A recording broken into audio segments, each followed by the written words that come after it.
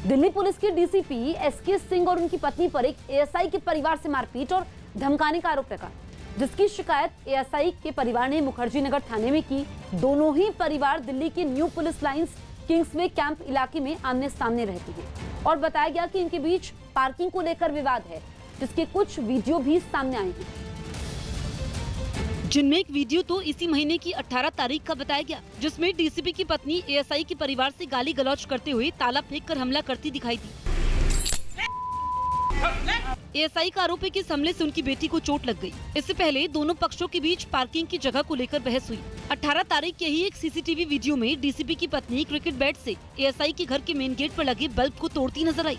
जब इसका विरोध एएसआई के परिवार ने किया तो डीसीपी की पत्नी ने मारपीट की कोशिश की। तो वहीं एक और वीडियो में डीसीपी की पत्नी एएसआई की बेटी से झगड़ती नजर आई।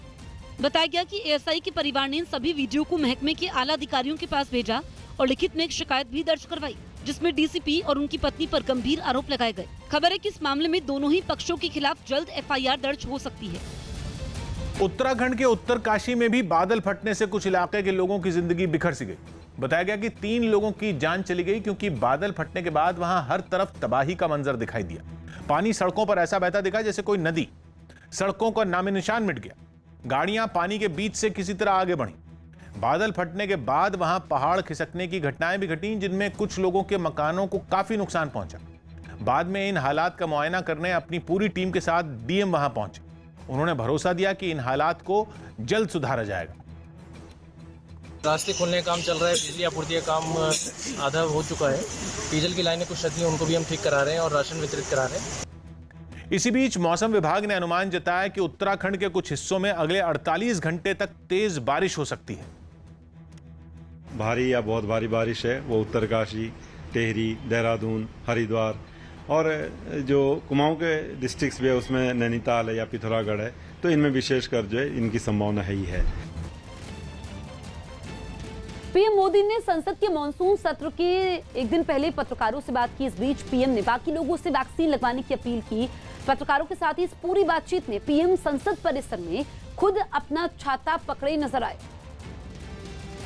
मॉनसून सत्र से ठीक पहले पीएम मोदी मीडिया से मुखातिब हुए।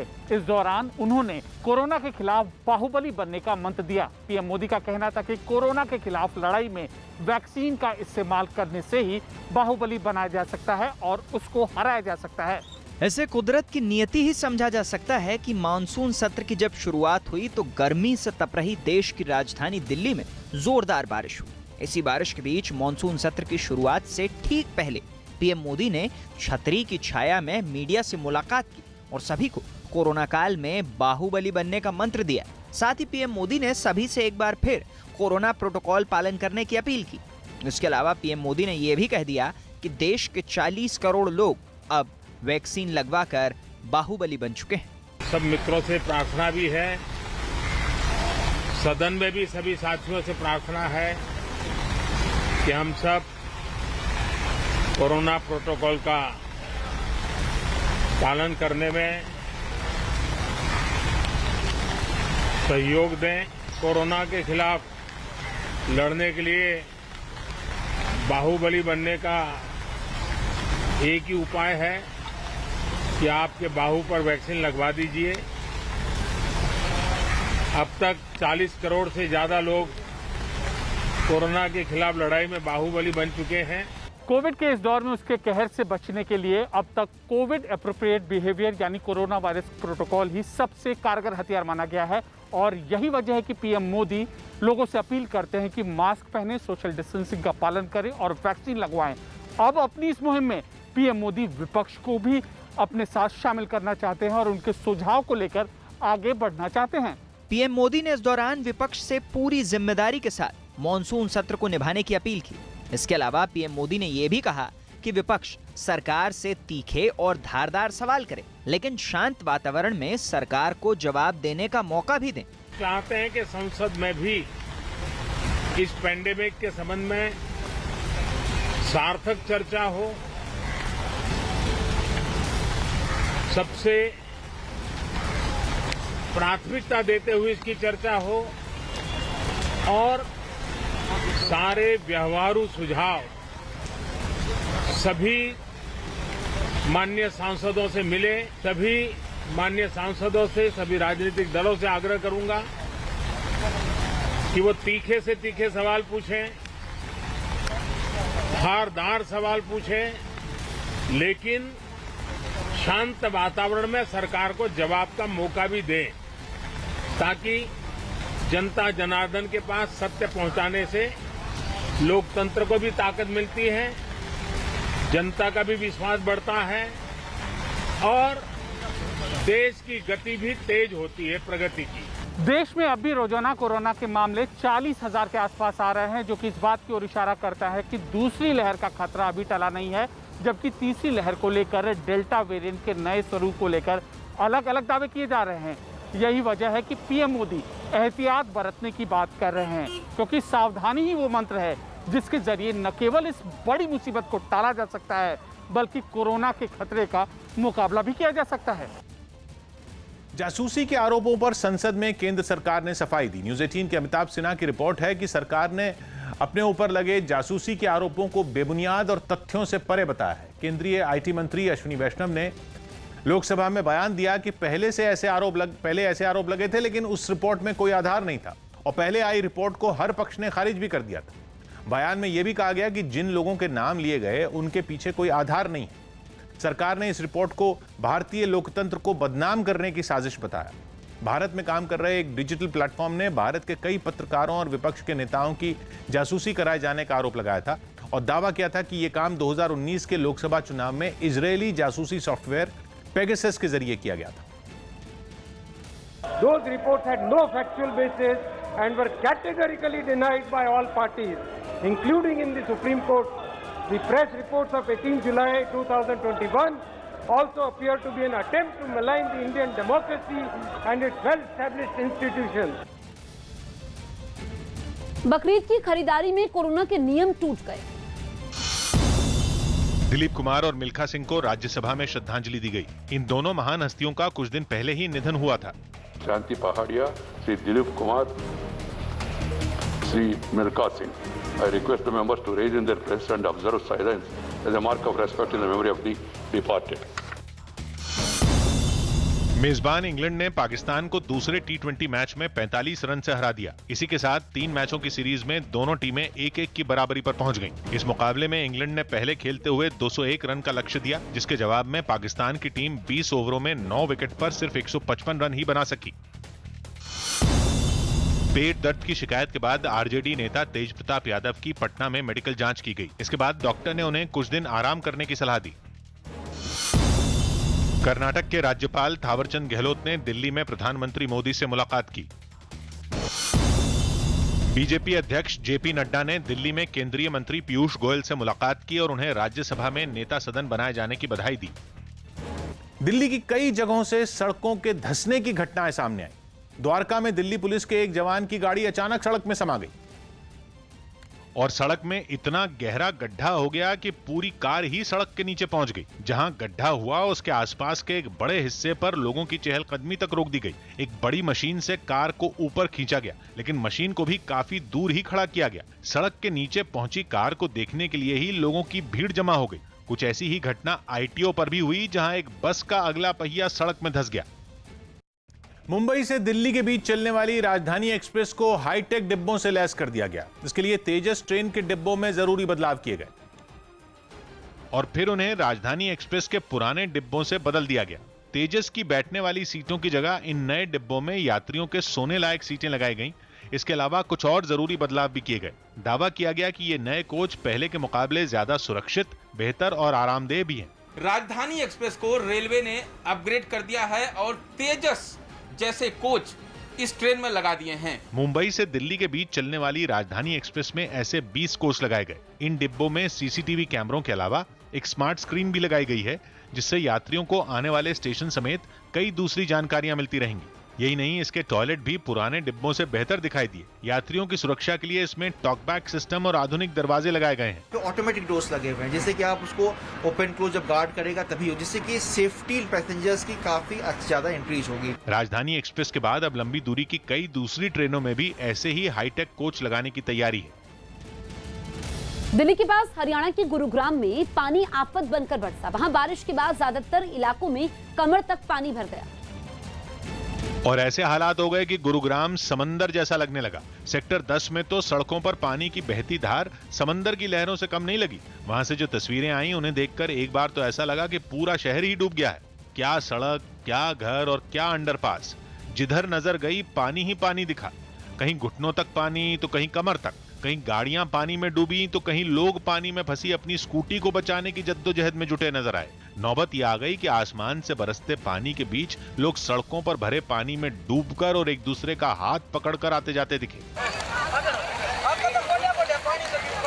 वहां कहीं कहीं पर तो सड़कों पर पानी ऐसे बह रहा था जैसे वो सब कुछ अपने अंदर समा लेगा, और कहीं पर वो झरने के पानी जैसा लगा। अंडरपास में तो इतना पानी भर गया कि वो बंद ही हो गए, क्योंकि अगर गाड़ियां उनसे गुजरती तो डूब जाती और लेने के देने पड़ जाती। हफ्ते के पहले ही दिन गुरुग्राम में हुई तेज बारिश लोगों के सर पर मुसीबत बनकर आई। लोगों को काम पर जाना था, लिहाजा वो घर से निकले और सड़कों पर भरे पानी में ऐसा फंसे कि दफ्तर समय पर पहुंचना ही मुश्किल हो गया। जल भराव ने न गाड़ी में सवार लोगों को बख्शा और न ही पैदल चलने वालों को। कई जगहों से ऐसी तस्वीरें आई जहां लोग अपनी गाड़ी को धक्का देकर बाहर निकालते दिखे। ऐसा है कि ऐसा लग रहा है हवा में उड़ जाएगी, हवा में बिल्कुल बह जाएगी गाड़ी, और बहुत बुरा हाल है। स्कूटी या बाइक पर निकले लोगों की तो शामत ही आ गई, क्योंकि उनके लिए घुटनों तक भरे पानी से गुजरना मुसीबत को दावत देना था। रह गए पैदल जाने वाले तो वो भी नहीं बचे और अपना सामान कंधे पर रखकर जैसे तैसे आगे बढ़ने की कोशिश करते नजर आए। दावा किया गया था कि 2 IAS अधिकारी और 13 HCS अधिकारी जो हैं वो गुरुग्राम में जल भराव की स्थिति पर नजर रखेंगे ताकि शहर में जल भराव जो है ना हो। लेकिन ये तस्वीरें अपने आप में उन अधिकारियों के दावों की पोल खोल रहे हैं। जल भराव से न सड़कें बची न रिहायशी इलाके, रही सही कसर जैम ने पूरी कर दी। और बारिश से पहले किए गए प्रशासन के सारे दावों की पोल खुल गई। कुछ घंटों की तेज बारिश से गुरुग्राम के सेक्टर 31 और सेक्टर 40 समेत दर्जनों इलाकों की रफ्तार रोक दी। इन जगहों पर लोगों की घर और सड़कें ही नहीं डूबी, बल्कि पुलिस थाना भी डूब गया और इसके चारों तरफ पानी ही पानी दिखा। इस पुलिस थाने में खड़ी गाड़ियां भी डूब गईं। चारों ओर भरे पानी ने पुलिस वालों का आना जाना मुहाल कर दिया। आसमान से बरसी आफत सरकारी अस्पताल को भी ले डूबी। वहां नौबत यह आ गई कि मरीजों को ट्रैक्टर से लाना पड़ा। सरकारी अस्पताल है, उसके सामने खड़ा हूँ। यहाँ की स्थिति भी कुछ ऐसी है कि चारों तरफ पानी पानी भरा है। लोगों को अस्पताल तक में जाने के लिए दिक्कत आ रही है। दिल्ली NCR में इस बार कम बारिश का अनुमान है, लेकिन गुरुग्राम में जो हालात हुए उन्होंने प्रशासन की नींद उड़ा दी। उस पर मौसम विभाग ने कहा कि अगले कुछ दिन बादल ऐसे ही बरसेंगे, यानी जो बारिश अब तक राहत वाली थी वो अब मुसीबत वाली बन सकती है। जर्मनी और बेल्जियम पर सितम ढाने के बाद यूरोप की बाढ़ ने ऑस्ट्रिया को अपने निशाने पर ले लिया। वहां की राजधानी वियना में 2 दिन पहले 1 घंटे में इतनी बारिश हुई जितनी पिछले 7 हफ्तों में नहीं हुई। और सिर्फ वियना ही नहीं, बल्कि भारी बारिश की वजह से ऑस्ट्रिया के कई इलाके पानी में डूब गए और शहर की सड़कों पर सैलाब उतर आया। ऐसा सैलाब जिसे देखकर लगा मानो वो लोगों का शिकार करने के लिए ही शहर में निकला हो। बरसात के आगे नदी नालों ने ऐसा उफान मारा कि शहर के बीचों बीच शांति से बहने वाली एक नहर ने भी अपने तेवर बदल लिए। वो तबाही मचाने के लिए उतावली नजर आई। सैलाब ने लोगों को दहलाया तो उसके पानी के सूख जाने के बाद पीछे छूटे गंदे कीचड़ के अंबार ने लोगों के होश उड़ा दिए। कुदरत के मचाए कोहराम में हर चीज तहस नहस दिखी। यहाँ तक कि सामने आई एक तस्वीर में तो एक भारी भरकम कार तक को बाढ़ का पानी पलटा कर चला गया। कीचड़ के सैलाब ने कई रास्ते तक बंद कर दिए। हालात ऐसे हो गए कि लोगों को ही सड़कें साफ करनी पड़ी।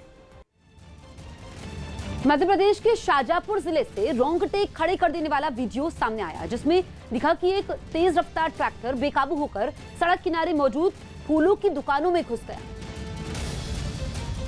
और ये हादसा वहाँ लगे एक CCTV में रिकॉर्ड हो गया, जिसमें साफ दिखा कि इस ट्रैक्टर ने पहले तो एक कार को पीछे से टक्कर मारी और फिर सड़क किनारे खड़ी एक रेहड़ी को टक्कर मारने के बाद वो दुकानों में जा घुसा। इस हादसे से राज राजेश्वरी मंदिर के पास अफरा तफरी मच गई। हादसे के फौरन बाद ड्राइवर ने ट्रैक्टर समेत वहाँ से भागने की कोशिश की, लेकिन लोगों ने उसे पकड़ लिया और इसकी सूचना पुलिस को दी। हादसे के बाद की जो तस्वीर सामने आई उसमें दिखा कि हादसे वाली जगह पर सब्जी और फूल सड़क पर बिखरे दिखाई दिए। मौके पर पहुंची पुलिस ने ड्राइवर को हिरासत में ले लिया और उसे ट्रैक्टर समेत थाने ले आई। बताया गया कि जिस कार को इस ट्रैक्टर ने टक्कर मारी उसमें बैठे लोग बाल बाल बच गए और दुकानदारों को भी कोई चोट नहीं लगी। मध्य प्रदेश के डिंडौरी से हैरान करने वाला वीडियो सामने आया। वहां मंत्री से मिलने पहुंचे कांग्रेस विधायक की प्रशासन से झड़प हो गई।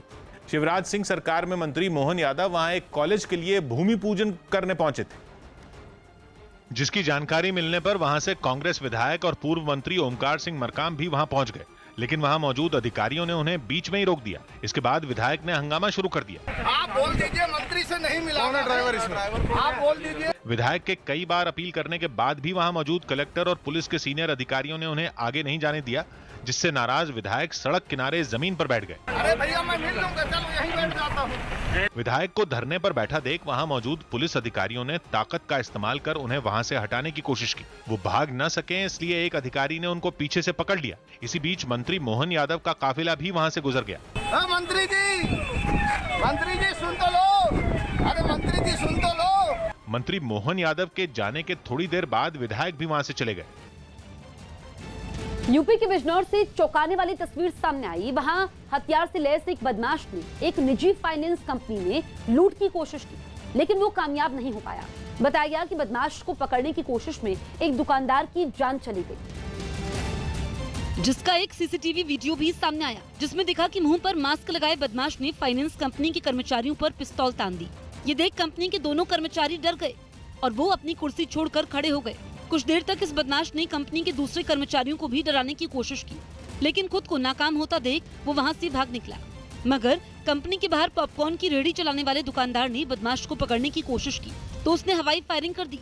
बताया गया कि जिससे उस दुकानदार की हार्ट अटैक से मौत हो गई। पुलिस ने बताया कि बदमाश ग्राहक बनकर फाइनेंस कंपनी में पहुंचा था। लगभग 5 बजे के आसपास एक लड़का आया है जो कि गोल्ड लोन लेने की बात किया है कि उसके पास कुछ सोना है, लोन लेना चाहता है। पुलिस ने शव को कब्जे में लेकर पोस्टमार्टम के लिए भिजवाया और फाइनेंस कंपनी के कर्मचारियों से घटना की पूरी जानकारी हासिल की। साथ ही सीसीटीवी को कब्जे में लेकर बदमाश की तलाश शुरू कर दी।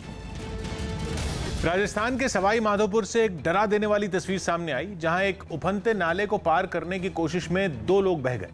राजस्थान में लगातार हो रही बारिश से वहां के कई नदी नाले उफान पर आ गए और उनका पानी तेजी से सड़कों पर बहने लगा। ऐसी ही एक सड़क को जब 2 लोगों ने पार करने की कोशिश की तो लहरें उन्हें अपने साथ बहा ले गईं। जो तस्वीर सामने आई उसमें वो दोनों नाले के तेज बहाव में फंसे दिखाई दिए और फिर थोड़ी ही देर में सैलाब का पानी उन्हें अपने साथ बहाकर काफी दूर ले गया। इस दौरान वहां चीख पुकार मच गई।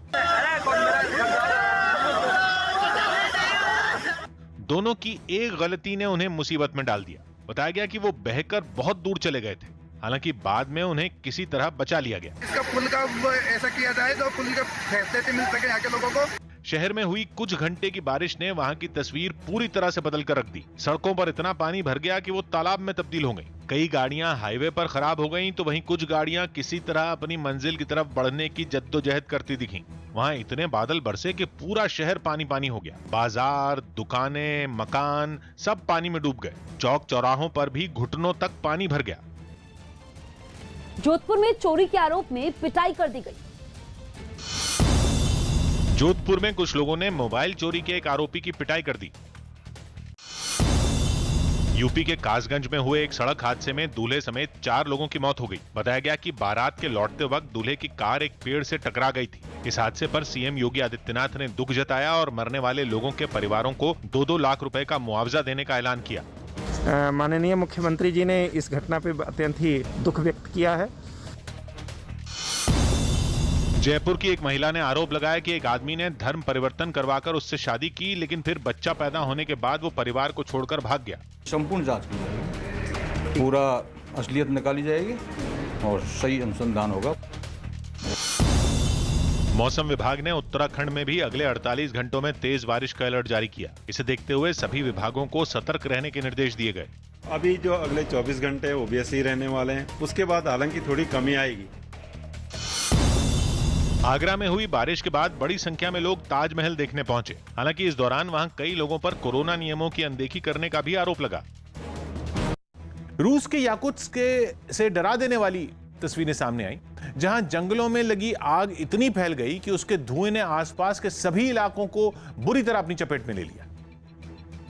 जो ड्रोन से लिए गए वीडियो में भी साफ नजर आया। कई एकड़ में फैली आग की भयंकर लपटों में जंगल का एक हिस्सा पूरी तरह बर्बाद हो गया। लेकिन मुसीबत सिर्फ आग नहीं, बल्कि इससे उठने वाले धुएं ने भी बढ़ा दी, क्योंकि इसी वजह से उड़ानों पर भी रोक लगानी पड़ी।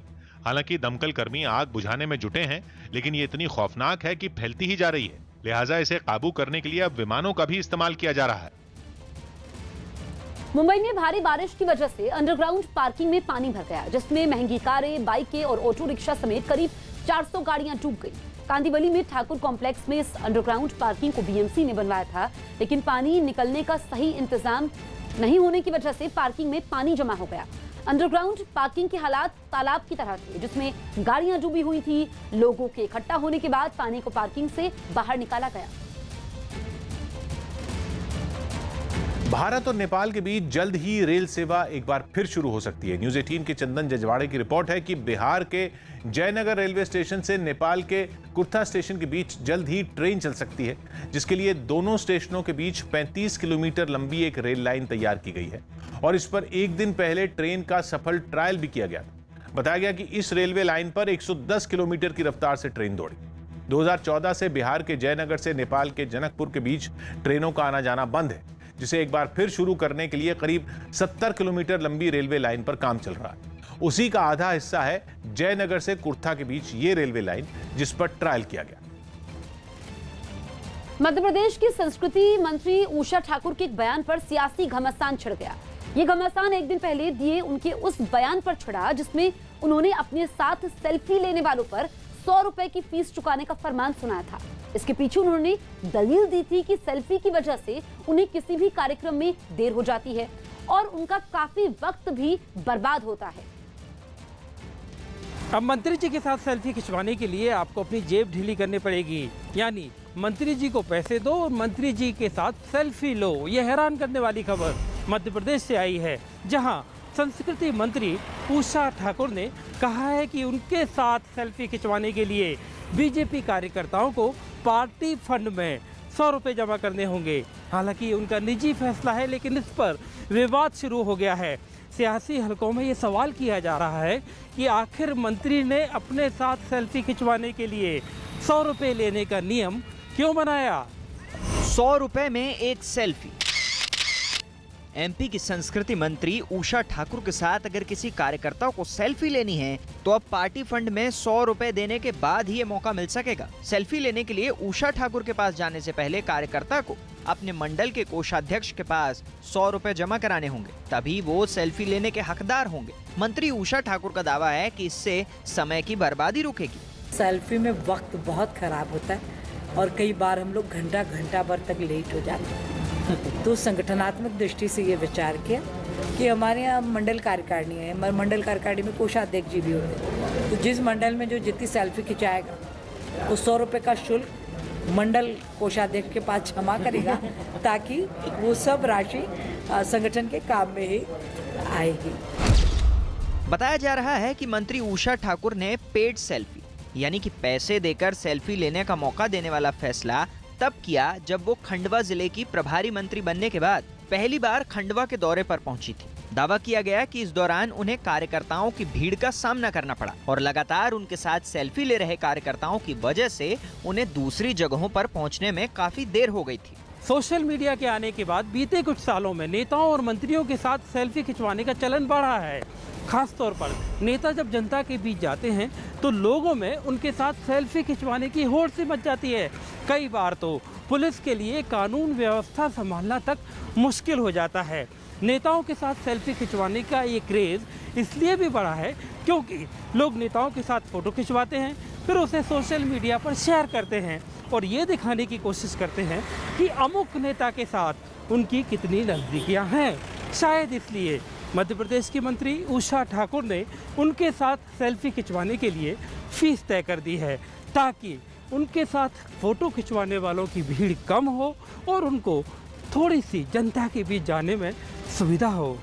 माना जा रहा है कि सेल्फी लेने वालों की भीड़ से परेशान मंत्री उषा ठाकुर ने इससे बचने के लिए ऐसा तरीका खोज निकाला है जिससे भीड़ की समस्या तो सुलझेगी ही और उस पर संगठन को फायदा भी हो जाएगा। लेकिन राजनीति में ऐसे फैसले विरोधियों की नजर से बच नहीं सकते। एमपी के मंत्री के इस फैसले पर विपक्षी दलों का कहना है कि ये सेल्फी के नाम पर वसूली है। तो ये दुर्भाग्य की बात है। कार्यकर्ता हैं, वो सेल्फी लेते हैं, मिनिस्टर के साथ फोटो खिंचाते हैं, तो अब मिनिस्टर के साथ कार्यकर्ताओं का कोई फोटो नहीं होगा, इसका मतलब है जो 100 रुपये नहीं दे सकता वो फोटो नहीं खिंचा सकेगा। एक सेल्फी के 100 रुपए और एक सेल्फी के आप 500 रुपए ले लो। जब आपकी सरकारों ने कोरोना महामारी में लूट कर ली तो लूट लो, पूरा देश ही लूट रहा है भाजपा से, तो 100 रुपए क्यों लूट रहे हो? मध्य प्रदेश की शिवराज सरकार में पर्यटन, संस्कृति और आध्यात्म विभाग संभाल रही मंत्री उषा ठाकुर का ये पहला बयान नहीं है जिसने लोगों को हैरान किया है। इसके पहले भी वो कोरोना वैक्सीन के दोनों डोज लगवा चुके लोगों से पीएम केयर फंड में 500 रुपये दान देने की अपील कर चुकी हैं। तब भी विपक्ष ने उषा ठाकुर पर हमला बोला था और अब उषा ठाकुर सेल्फी की कीमत तय करने के बारे में बयान देकर सवालों के घेरे में है। हालांकि राजनीति से जुड़े लोग कहते हैं कि उषा ठाकुर ने ये बयान इसलिए दिया है ताकि उनके साथ सेल्फी खिंचवाने वाले लोगों की भीड़ कम हो। खैर, देखना ये होगा कि आने वाले वक्त में उषा ठाकुर का ये फैसला मंत्री का कितना वक्त बचाता है और बीजेपी संगठन के खाते में कितना पैसा जमा करवाता है। जम्मू कश्मीर के अनंतनाग से हैरान करने वाली कुछ तस्वीरें सामने आई। वहां आसमान में फटे बादल ने जमीन पर ऐसी तबाही मचाई कि कुछ इलाकों में अचानक बाढ़ आ गई। पानी बरसने से आलम यह हो गया कि उन इलाकों में रह रहे लोगों की भूख प्यास तक मिट गई, क्योंकि सिर्फ सड़कों पर ही नहीं उनके घरों में भी पानी भर गया। घर और बाहर हर जगह हालात एक जैसे ही दिखाई दिए। हर तरफ कुछ दिखा तो वो था केवल पानी। पानी भी इतना कि कमर तक लोग डूब गए। सड़कें दिखना बंद हो गईं। वहां से जो तस्वीरें सामने आई उनमें रिहायशी इलाकों में पानी ऐसे बहता दिखा मानो वहां से कोई नदी गुजर रही हो। आफत की इस बारिश से हो रहे नुकसान को रोकने में लोग लाचार दिखे। तंग कर दिया है, पानी की निकास नहीं हो रही है। ऐसे हालात में सैलाब को रोकने की हर तरकीब फेल हो गई। लोगों के पास अपनी बर्बादी को देखते रहने के सिवा कोई दूसरा चारा नहीं बचा। झारखंड के गोड्डा से हैरान करने वाली तस्वीर सामने आई। वहां रिहायशी इलाके में घुसे एक लंगूर को पकड़ने में वन विभाग को कड़ी मशक्कत करनी पड़ी। बताया गया कि लंगूर पागल हो चुका था और वो करीब दर्जन भर लोगों को घायल भी कर चुका था, जिसे पकड़ने के लिए वन विभाग की टीम ने ट्रैंक्विलाइजर गन से उस लंगूर को बेहोश किया। तब जाकर इलाके के लोगों ने राहत की सांस ली।